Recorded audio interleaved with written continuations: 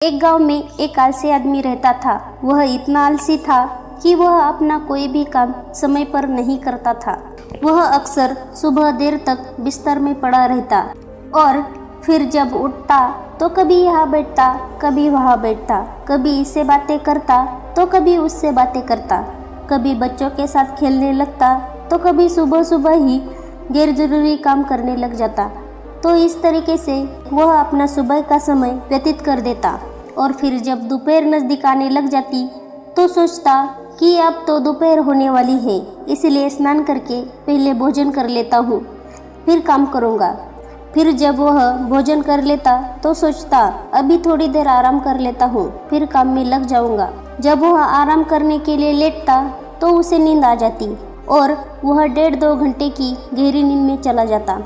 जब वह नींद से जागता तब तक शाम का समय नज़दीक आता और वह सोचता अभी थोड़ी देर में काम शुरू करूँगा। लेकिन आदत से लाचार वह फिर कोई गैर जरूरी काम पकड़ लेता या फिर किसी मित्र या पड़ोसी से गप्पे मारने लग जाता या फिर कहीं आसपास घूमने निकल जाता। इस तरीके से उसकी शाम भी बीत जाती और रात आ जाती। रात में भोजन के पश्चात जब वह सोने के लिए जाता तो वह आत्मग्लानि से भर जाता। उसे यह सोचकर बड़ा दुख हो जाता कि मेरा आज का दिन भी यूं ही बर्बाद हो गया। वह रात को यह निश्चय करके सोता कि कल सुबह जल्दी उठकर अपने काम पर लग जाऊंगा, इसी प्रकार का टाल मटोल नहीं करूंगा और ना ही आलस्य करूंगा। लेकिन जब सुबह होती तो उसका आलस्य फिर उसे घेर लेता। उसका बिस्तर छोड़ने का मन नहीं करता। वह देर से उठता और आदतन वह सारे काम करता जो उसने पिछले दिन किए थे।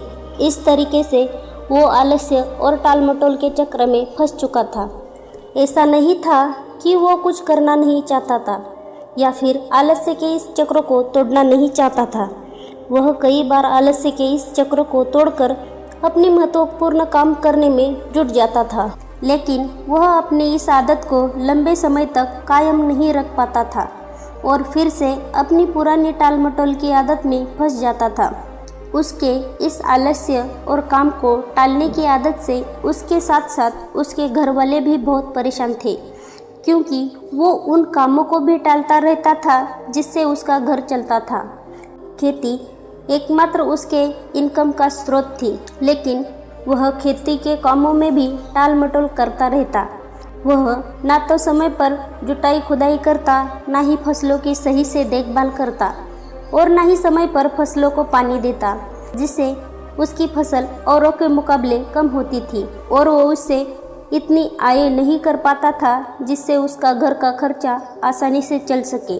घर में पैसों की कमी की वजह से अक्सर उसे पत्नी की गुस्से और तानों का सामना करना पड़ता था और कभी कभी तो बात लड़ाई तक पहुंच जाती थी, जिससे अब वह बहुत परेशान रहने लगा। लेकिन वह चाहकर भी अपने इस मानसिक आलस्य के दुष्चक्र को तोड़ नहीं पा रहा था। एक दिन ऐसे ही वह अपने घर के बाहर बैठकर अपने आलस्य से बाहर निकलने का तरीका सोच रहा था। तभी उसकी नज़र अपने घर से कुछ दूरी पर बने मंदिर में रहने वाले महात्मा जी पर पड़ी। महात्मा जी को देखते ही उस आलसी व्यक्ति को महात्मा जी के अनुशासित दिनचर्या की याद आ गई। उसने सोचा ये महात्मा जी रोज़ सुबह 4 बजे से भी पहले उठकर गांव के बाहर की नदी से स्नान करके आ जाते हैं। उसके बाद जब ज़्यादातर गांववासी सो रहे होते हैं तब वे अपनी पूजा पाठ और ध्यान इत्यादि के कामों में लगे होते हैं और जब तक गाँव वालों की सुबह होती है और वह अपने दिनचर्या की शुरुआत करते हैं तब तक ये महात्मा जी अपने मंदिर परिसर की साफ सफाई करके अपने मुख्य दैनिक कार्य को खत्म कर चुके होते हैं। उसके बाद ये भिक्षा के लिए गांव में जाते हैं और भिक्षा लाकर अपना भोजन भी स्वयं बनाते हैं। भोजन करने के पश्चात ये पूरी दोपहर धर्म ग्रंथों का अध्ययन करते हैं और फिर शाम को मंदिर में आने वाले श्रद्धालुओं के साथ प्रवचन और वार्तालाप भी करते हैं। इसके पश्चात ये शाम की आरती करके अपना भोजन बनाते हैं और फिर रात में जल्द ही मंदिर के बाकी काम खत्म करके समय पर सो भी जाते हैं। तो आखिर ये इतनी अनुशासित और कर्मशील कैसे रह पाते हैं? और ये महात्मा जी तो इतनी व्यस्त दिनचर्या का पालन वर्षों से करते आ रहे हैं। थोड़ी देर तक ऐसे ही प्रश्न पर विचार करने के बाद में वो आलसी व्यक्ति महात्मा जी के पास जाकर अपने आलस्य के कारणों का पता लगाने का निश्चय करता है। वह तुरंत ही उस मंदिर में पहुंच जाता है और उन महात्मा जी को प्रणाम करके उनसे विनती भरे स्वर में कहता है, मुनिवर, मैं आपके पास अपनी एक बहुत ही बड़ी समस्या लेकर आया हूँ। महात्मा जी ने कहा, क्या समस्या है तुम्हारी जिसे तुम इतनी बड़ी समझ रहे हो? उस आलसी व्यक्ति ने अपने आलस्य और टाल मटोल की पूरी कहानी महात्मा जी को सुना दी और उसने कहा, मुनिवर, मैं बहुत आलसी हूँ और काम को टालता रहता हूँ। मैं सुबह देर तक सोकर उठता हूँ और फिर अपना सुबह का समय गैर जरूरी कामों में बर्बाद कर देता हूँ। उसके बाद मैं सारा दिन अपने महत्वपूर्ण कामों को टालता रहता हूँ और मेरा पूरा दिन बस यूं ही बर्बाद हो जाता है। और जब रात होती है तो मुझे खुद पर ग्लानि होती है और दुख भी होता है कि मैंने पूरा दिन बस यूं ही बर्बाद कर दिया। लेकिन अगले दिन फिर वही सारी गलतियां दोहराता हूँ और समय को बर्बाद करता रहता हूँ। मुनिवर, मैं आलस्य और टालमटोल के बुरे दुष्चक्र में फंस चुका हूँ और इससे बाहर नहीं निकल पा रहा हूँ। कृपया मुझे इस आलस्य से बाहर निकलने का कोई रास्ता दिखाइए। मैं आपके पास बड़ी उम्मीद लेकर आया हूँ। उस आलसी व्यक्ति की बात पूरे ध्यान से सुनने के बाद महात्मा जी ने कहा, आलस्य वो सुख है जो हमें दुख ही दुख देता है। कार्य या परिश्रम करने की क्षमता होने के बावजूद भी उस कार्य को ना करना या उसे करने में टालमटोल करना ही आलस्य करना कहलाता है और ये आलस्य व्यक्ति को कहीं का नहीं छोड़ता। तुम्हारी आलस्य और टालमटोल का सबसे बड़ा कारण तुम्हारी सुबह की खराब दिनचर्या है, क्योंकि तुम अपना सुबह का कीमती समय ही व्यर्थ के कार्यों और टालमटोल में बर्बाद कर देते हो, जिससे तुम्हारे दिन की शुरुआत ही खराब होती है और फिर जैसे जैसे दिन गुजरता है तुम्हें लगने लगता है कि तुम्हारा आज का समय भी बर्बाद हो गया। तुम्हारी आलस्य और टालमटोल का सबसे बड़ा कारण तुम्हारी सुबह की खराब दिनचर्या है, क्योंकि तुम अपना सुबह का कीमती समय ही व्यर्थ के कार्यों और टालमटोल में बर्बाद कर देते हो, जिससे तुम्हारे दिन की शुरुआत ही खराब होती है और फिर जैसे जैसे दिन गुजरता है तुम्हें लगने लगता है कि तुम्हारा आज का समय भी बर्बाद हो गया और तुम्हारा मन और भी ज़्यादा आलस्य और टालमटोल करने लगता है, जिससे तुम्हारा बाकी का समय भी यूं ही बर्बाद हो जाता है और तुम कुछ भी महत्वपूर्ण नहीं कर पाते और इस आलस्य के चक्र में फंस कर रह जाते हो। अगर तुम अपने सुबह को जीतना सीख लो, तुम अपनी सुबह का सदुपयोग करना सीख लो, तो तुम्हारा बाकी का दिन भी आसानी से संवर जाएगा। लेकिन सुबह को जीतना इतना आसान नहीं है। इसके लिए तुम्हें कुछ महत्वपूर्ण आदतों को अपनी सुबह के दिनचर्या में शामिल करना होगा और उनका दृढ़ता से पालन भी करना होगा। तो आज मैं तुम्हें सुबह की ऐसी 7 आदतों के बारे में बताऊंगा, जिनको अगर तुमने सुबह की दिनचर्या में शामिल कर लिया तो न तो केवल तुम अपने आलस्य और टालमटोल से छुटकारा पालोगे, बल्कि एक अनुशासित और मजबूत व्यक्तित्व वाले इंसान बन जाओगे। सुबह की पहली आदत है जो तुम्हें अपनानी है, वो है ध्यान का अभ्यास करना। चित्त को एकाग्र करके किसी एक वस्तु पर केंद्रित कर देना ध्यान कहलाता है। ध्यान करने से आत्मिक तथा मानसिक शक्तियों का विकास होता है। अगर तुम रोज़ सुबह बैठकर 10 से 15 मिनट सिर्फ अपने सांसों पर ही ध्यान लगाओ, आती जाती सांस को देखो जब सांस तुम्हारे अंदर जाती है तो पेट कैसे फूलता है और जब वही सांस बाहर निकलती है तो पेट कैसे पिचकता है।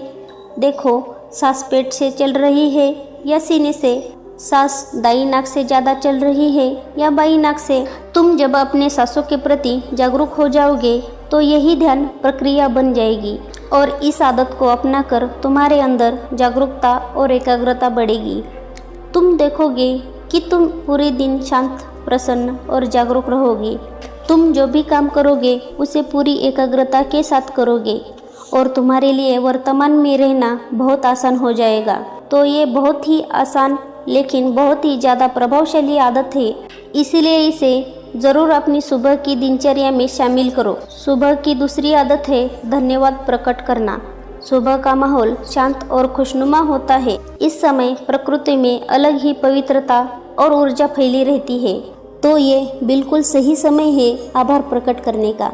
तुम्हारे जीवन में जो भी अच्छी चीज़ें, अच्छे लोग या अच्छी परिस्थितियां हैं जिनसे तुम्हें खुशी मिलती है, उन सब के लिए इस ब्रह्मांड को या उस ईश्वर को जिसे तुम मानते हो धन्यवाद कहो। ये सब देने के लिए उसका आभार प्रकट करो। जब हम अपना दिन धन्यवाद के भाव से शुरू करते हैं तो सारी बाधाएं अपने आप हटने लग जाती है और नए अवसरों के द्वार खुलने लग जाते हैं। फिर हम शिकायत के प्रति नहीं बल्कि कुशल बनने और कुछ करने के प्रति आकर्षित होते हैं। धन्यवाद के भाव से भरे व्यक्ति के अंदर से नकारात्मक विचार और दुख खत्म होने लगते हैं और वह अपनी सफलता के लिए नए रास्ते खोजने लगता है। आभार प्रकट करने से मन में सकारात्मक और खुशी का स्तर बढ़ता है, जिससे मानसिक रोग और मानसिक विकार दूर होने लगते हैं। जीवन में असंतोष और कमी की भावना होती है, वो सारी खत्म हो जाती है। ब्रह्मांड से जितनी भी चीज़ें मिली है उसके प्रति हमारे मन में धन्यवाद का भाव होने से हमें खुशी मिलती है। उसके बाद खुशी की ये तरंगे हमसे निकलकर पूरे ब्रह्मांड में फैलने लगती है। खुशी की ये तरंगे हमसे मिलकर आसपास के वातावरण में भी फैलने लगती है, जिससे हमारे साथ साथ पूरा ब्रह्मांड खुश हो जाता है। साथ ही आभार प्रकट करने से हम अपने आसपास के लोगों के प्रति हमेशा धन्यवाद से भरे रहते हैं, जिसकी वजह से लोगों के नज़र में हमारी जो भी छवि होती है वो अच्छी हो जाती है। लोग हमको एक अच्छे और भले इंसान के रूप में देखने लगते हैं। इससे यह होता है जो भी हमसे मिलता है वह हमारा दोस्त बन जाता है और हमको पसंद करने लगता है। संक्षिप्त में कहे तो रोज़ धन्यवाद प्रकट करना जीवन में सुख, शांति और समृद्धि के द्वार खोल देता है। इसी तरह तीसरी आदत है व्यायाम यानी कसरत करना बहुत ही ज़रूरी है। अपनी सुबह की दिनचर्या में व्यायाम या योगासनों को शामिल करना व्यक्ति को चमत्कारिक रूप से बदल देता है। नियमित रूप से व्यायाम करने से व्यक्ति का मन बहुत ही प्रसन्न और उत्साहित रहता है। दिन भर शरीर में ऊर्जा रहती है, शरीर मजबूत होता है और आकर्षक बनता है। खाया पिया शरीर पर लगता है। एक नियमित रूप से व्यायाम करने वाला व्यक्ति लोगों के भीड़ में भी सबसे अलग नजर आता है। व्यायाम शरीर की कमजोरी, जकड़न और थकान को दूर करके व्यक्ति के आलस्य को खत्म करता है। साथ ही यह व्यक्ति को अनुशासित भी बनाता है। व्यायाम करने से मानसिक तनाव और चिंता में भी कमी होती है, क्योंकि ज़्यादातर व्यक्तियों को अधिकतर चिंता तो अपने शरीर और स्वास्थ्य को लेकर बनी रहती है, लेकिन व्यायाम करने से व्यक्ति का शरीर स्वस्थ रहता है, इसलिए उसकी चिंताएं और परेशानियां कम हो जाती है। तो तुम्हें अपनी दिनचर्या में व्यायाम को ज़रूर शामिल करना चाहिए और वो भी कम से कम 30 मिनट रोज़। सुबह की चौथी महत्वपूर्ण आदत है अच्छी किताबें पढ़ना। दुनिया में जितने भी महान और सफल लोग हुए हैं उन सब में एक आदत होती है, वो सभी अच्छी किताबें पढ़ने के शौकीन होते हैं। वो अपने काम या शौक से जुड़ी किताबें पढ़कर लगातार नया कुछ सीखते रहते हैं। इससे वो दूसरे लोगों के तुलना में बहुत आगे निकल जाते हैं। किताबों को पढ़ना भी एक ध्यान है। जब हम अपनी मनपसंद किताबों को पढ़ने में इतना खो जाते हैं कि हमारा अपने आसपास की घटनाओं पर ध्यान ही नहीं रहता, तो यही ध्यान प्रक्रिया बन जाती है। इसलिए जिन लोगों को ध्यान करने में समस्या होती है उन्हें अपनी मनपसंद किताबें पढ़नी शुरू करना चाहिए। किताबें पढ़ने के बहुत से फायदे हैं, जैसे इसे एकाग्रता बढ़ती है, दिमाग तेज होता है, तनाव कम होता है, जानकारी बढ़ती है, बात करने, बोलने और लिखने की कला विकसित होती है, कल्पनाशीलता बढ़ती है, याददाश्त बढ़ती है, अच्छी नींद आती है, अकेलापन दूर होता है और ये हमें एक बेहतर इंसान बनाती है। इसलिए तुम्हें हर दिन सुबह या रात को सोने से पहले किताबें ज़रूर पढ़नी चाहिए। सुबह की 5वीं आदत है लक्ष्य निर्धारित करना। सुबह सुबह हमारा मन ज़्यादा शांत और स्पष्ट होता है। हम ज़्यादा स्पष्टता के साथ सोच सकते हैं। इसलिए दिन भर में क्या क्या काम करना है, कौन सा काम किसे सौंपना है या किस नए काम की शुरुआत करनी है, इन सब चीज़ों की योजना सुबह सुबह ही बना लेनी चाहिए। लक्ष्य निर्धारित करना इतना ज़रूरी क्यों है? क्योंकि हमारा मन इतना चंचल होता है कि वो एक दिशा में आगे बढ़ने के लिए तैयार नहीं होता, बल्कि जो मन को अच्छा लगता है उसी दिशा में कार्य करने के लिए हमें मजबूर करता रहता है। मन की इच्छाएं मौसम की तरह होती है जो हर कुछ समय के अंतराल में बदलती रहती है। इसलिए मन के इन इच्छाओं को नियंत्रित करने के लिए लक्ष्य को निर्धारित करना बहुत आवश्यक होता है। जब हम लिखित रूप में अपना लक्ष्य निर्धारित कर लेते हैं तो हमारा लक्ष्य हमें एकदम साफ साफ दिखाई देता है और लक्ष्य निर्धारण के द्वारा हम अपने मन पर काफ़ी हद तक काबू भी पा लेते हैं। लक्ष्य निर्धारण के द्वारा हम अपने मन को एक कार्य में केंद्रित और एकाग्र करने में मदद मिलती है। सुबह की छठी आदत है पानी पीना। सुबह उठते ही 2 से 3 गिलास गुनगुना पानी पीना शरीर के लिए अमृत का काम करता है। सुबह सुबह पानी पीने से पेट अच्छे से साफ होता है। शरीर में रात भर जो पानी की कमी हुई है उसकी पूर्ति हो जाती है। सुबह अच्छे से पानी पी लेने से शरीर में दिन भर ऊर्जा और ताजगी बनी रहती है। सुबह ज़्यादा पानी पीने का एक फ़ायदा ये भी होता है कि फिर हमें दिन भर बार बार प्यास नहीं लगती। अगर शरीर में पर्याप्त पानी की मात्रा बनी रहती है तो उसके बहुत सारे फायदे भी होते हैं, जैसे इससे शरीर की अच्छे से सफाई होती है, त्वचा चमकदार और सुंदर दिखती है, दिमाग तेजी से कार्य करता है और पाचन में सुधार होता है। शरीर का वजन नियंत्रित रहता है जिससे शरीर का आलस्य और थकान कम होती है। इसलिए सुबह उठकर गुनगुना पानी पीना बहुत ही अच्छी आदत है। सुबह की 7वीं अच्छी आदत है सुबह का नाश्ता अच्छा और पौष्टिक हो। नाश्ता हमारे दिन का पहला भोजन होता है, इसलिए इसका पौष्टिक और अच्छा होना बेहद ज़रूरी है। अगर हम सुबह सुबह ही ज़्यादा भारी तेल युक्त या कोई ऐसा नाश्ता कर लेते हैं जो हमारे शरीर के लिए अच्छा नहीं है, वो हमें सुबह सुबह ही भारीपन और आलस्य महसूस करवाता है, जिससे हम अपने कामों पर सही से ध्यान नहीं दे पाते। और अगर हम भूख होने के बाद भी सुबह सुबह नाश्ता नहीं करते तो फिर हमें कमज़ोरी, भूख और थकान सताने लगती है, जिसकी वजह से भी हमारा काम पर मन नहीं लगता। इसीलिए अगर हमें सुबह भूख महसूस होती है तो हमें अच्छा और पौष्टिक नाश्ता कर लेना चाहिए, लेकिन ये ज़रूरी है कि भूख लगे। नाश्ता ज़बरदस्ती या फिर सिर्फ नियम पूर्ण करने के लिए नहीं करना है। इतना कहने के बाद महात्मा जी ने अपनी बात समाप्त कर दी और उस आलसी व्यक्ति ने भी महात्मा जी की बातों को ध्यान से सुनने के बाद उन 7 आदतों को अपने सुबह की दिनचर्या में शामिल करने का निश्चय कर वहां से चला गया। दोस्तों, आज के समय में एक और बुरी आदत है जिसकी वजह से लोगों की सुबह की दिनचर्या खराब होती जा रही है, और वह आदत है सुबह उठते ही मोबाइल फ़ोन पर लग जाना। आजकल तो लोगों की सुबह की शुरुआत ही मोबाइल के साथ होती है। उठते ही सोशल मीडिया पर लग जाते हैं और सुबह के लिए इससे बुरा काम और कुछ हो ही नहीं सकता। आपको सुबह उठने के बाद 1.5 से 2 घंटे तक स्क्रीन को नहीं देखना होता है, इससे दूर रहना होता है। देखिए, मोबाइल हमारे सुविधा के लिए बनाया गया है और ये बहुत अच्छा है, लेकिन यही मोबाइल हमें बीमार और कमज़ोर बना रहा है, तो यह बहुत बुरा है। यह हमारी कमज़ोरी है, क्योंकि मोबाइल खुद से उछलकर हमारे हाथों में नहीं आता। वो हम ही है, वो हमारी ही कमज़ोरी है जो हम इसे चिपके रहते हैं और फिर बोलते हैं मोबाइल का एडिक्शन छूट नहीं रहा। ऐसे दोष देने से कुछ नहीं होगा। हमें खुद को संभालना और सुधारना होगा, खुद पर नियंत्रण लाना होगा और सुबह के स्क्रीन टाइम को बिल्कुल ख़त्म करना होगा। ना लैपटॉप, ना टीवी, ना मोबाइल। सुबह अलार्म के लिए भी मोबाइल का उपयोग नहीं करना। अलार्म के लिए एक छोटी सी अलार्म घड़ी खरीद लो, क्योंकि किसी भी बहाने से सुबह हाथों पर मोबाइल नहीं आना चाहिए। तो ये थी वो 8 आदतें जिन्हें आप अपनी दिनचर्या में शामिल कर लेते हैं तो आपकी सुबह शानदार बनेगी ही, साथ ही आप अपनी ज़िंदगी में सफल और खुशहाल रहेंगे। तो दोस्तों, मुझे उम्मीद है कि आपको यह वीडियो पसंद आई होगी और वीडियो में यहाँ तक बने रहने के लिए आपका बहुत बहुत धन्यवाद। मिलते हैं अगले वीडियो में। Till then, bye bye.